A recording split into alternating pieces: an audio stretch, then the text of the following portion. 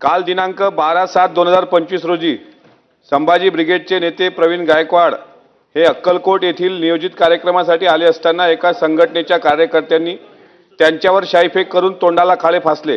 हे अत्यंत निषेधार्ह आहे। संभाजी ब्रिगेडने आतापर्यंत महापुरुषांचा विचार कोणी तोडून मोडून मांडण्याचा प्रयत्न केला असेल तर त्याला तसेच उत्तर दिलेले आहे।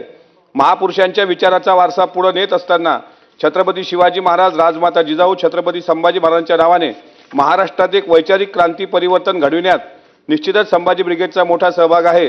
त्यामुळे विचारांची लढाई विचारांनी लढली गेली पाहिजे।